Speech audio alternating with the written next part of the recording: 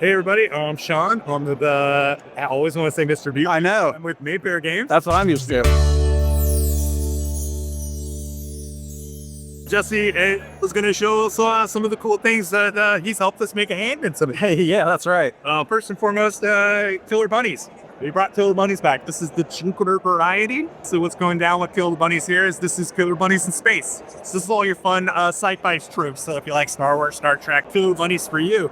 If you're into racing NASCAR like our good pal Richard Bunnies here, then you'll love this dice chucking little fun thing. All you really need to know is turn left. It's dice chucking, so you're going to roll a cool dice. Then you're going to assign those dice to maneuver, which will allow you to move on the track in that NASCAR position.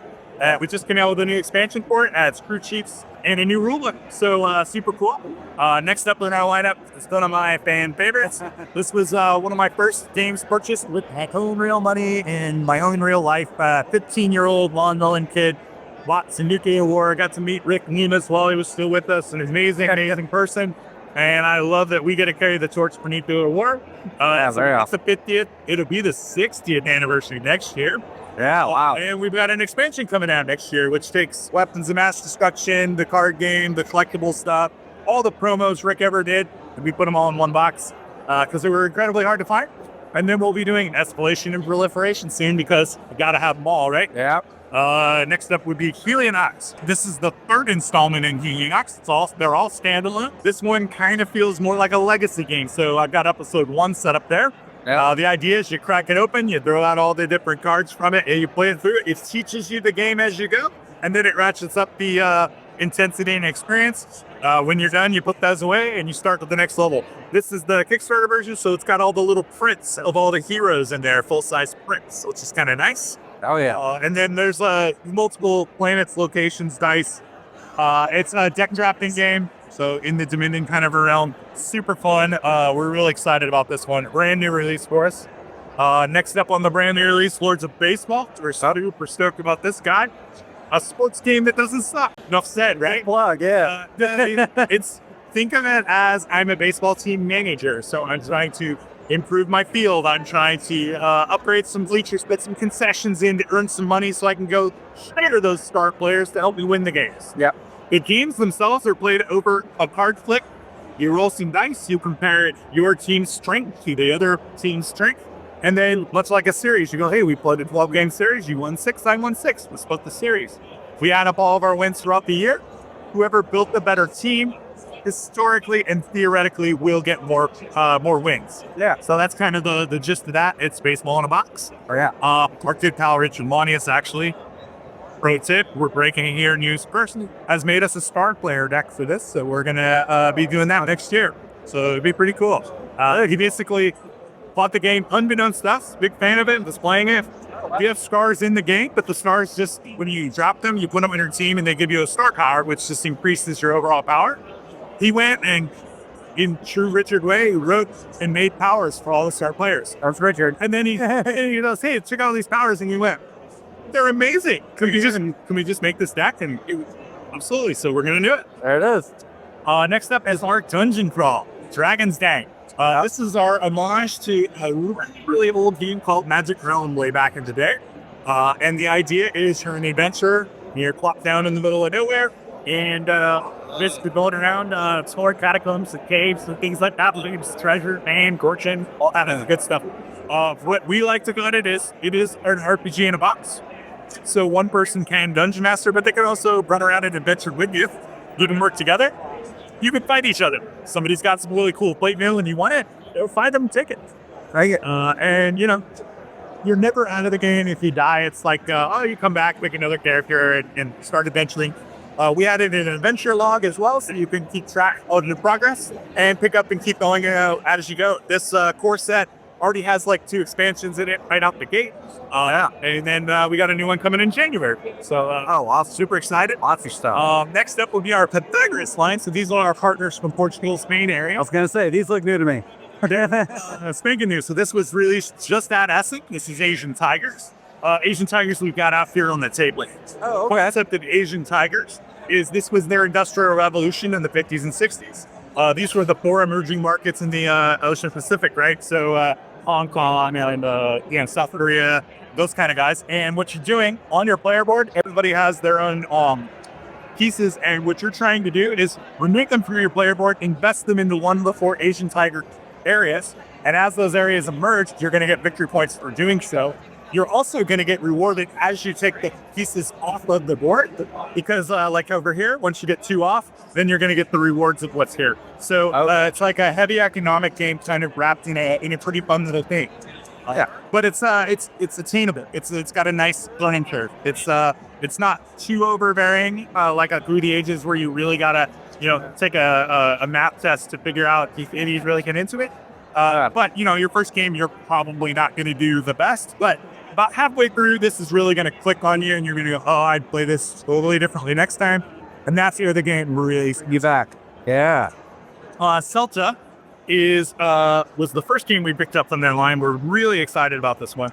It uses a central mechanic of a rondel. The rondel itself does some pretty cool things in that every time you move the rondel, you get to activate one of the 4 little islands in the Celtae land. And that island gives you a choice, so you can basically decide to put people down in your huts, which will activate powers, or you can actually swap out the workers that you have in your own pool for the workers on the island. If you're about to go fight off the horde here, you might want to grab a bunch of the red icons, because those are your warriors. So if you get more of those in there, then you're better at combat. But what's cool about this is you can pick and choose the discs as you go along. So one turn, you really need to make a bunch of farming and food for your people. Exchange all your workers, dump them off on the island, and pick up all the farmers. So you're basically constantly changing your strategy. It's really, really nice. Super fun little game, plays in about 60 minutes. And I mean, look at that. Yeah. Cool smokes. That is ridiculous. So Very cool. Celtae Asian Tigers over just here. Oh, man. Super excited about Cafe and Lata. These 2 are in our series, the 5 Quintus series. So what's super cool about these guys is they'll come out in a little series. We'll do 5 of them, right? They're all numbered. And the idea is, Cafe is you own the cafe, coffee shop. And what you're trying to do is, on your card, there's going to be 6 spots from the card. From that card, every turn you're going to drop the new card, and you must lay it on at least 2 or more of your existing card. So the idea is expansion hurts.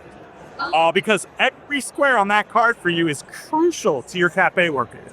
So all of a sudden, you're going to expand it and have to cover up the 2 beans that you make. Well, how the heck are you going to make more beans? Well, what you got to do is draft a card that has some more beans on it. So when you cover up your old beans, you got some new ones. And then there's synergies as you go, but this game plays in like 6-7 rounds, and rounds are very, very quick. So this is like a 30-minute game. Yeah. Quick, tight, a lot going on. Super. And then Lata, same design team, Roland, Costa. These guys are amazing. If you go in the Wayback Machine, I'm big fans of Kramer and Kissler. Okay. I always loved just the feel. All their games had that rich theme for Euros. They weren't just like a tacked on theme. And I think Roland Costa do this with all their games. They pull from where they're from, their area in Europe where they live, and they pick these really fun, interesting themes that are unique to them. So this one, Lata is a term for canning fish. So, okay, fish, I believe. And that doesn't sound like an awesome, exciting theme for a game. But They smell it. It's super cool. So everybody has their own factory, which is this guy here. And you're going to be dropping cards that are like fish, ingredients that'll help you with the fish. And where you put them in the factory matters, because it's like an assembly line. So if you put your oil farther down the line, and you can add oil to everything that's lower down the line. Because oil flows downhill, kind of a thing. What's cool about that is, at the very beginning of the game, you get victory points for the types of fish that you can make, and you get victory points for all these little flags for the different countries that you sell your fish to.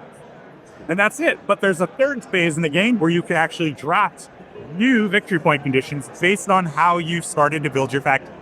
So if all of a sudden you start to realize, wow, I'm really dominating the market with fish in tomato sauce, which would be red type exports, then you can go in and draft a card that gets you extra bonus points with all the red fish that you have, and so on and so forth. So super cool game. Also plays in like 45 minutes. A lot of action, a lot of cool things happening and going on. It's awesome. That's kind of all of our I like these small boxes. all of our newest products. We've got some of our older games here from the past, and then we also do Ion in the United States. We help sell all the Ion products. So Stationfall, Interstellar. These are just fun little classics. Interstellar is kind of the lighter, faster, kindler, gentler version of Hybrims here. And Stationfall is kind of a fun, chaotic, who did it, cooperative, last man standing. Everybody's trying to get off the space station before it blows up. There's a traitor, you know, but you're playing random people, you know, that kind of Fun monkeys. and monkeys. And it's super fun. Just a ton of really good stuff going in there. And yeah, that's Gee. kind of what we got going on in a nutshell.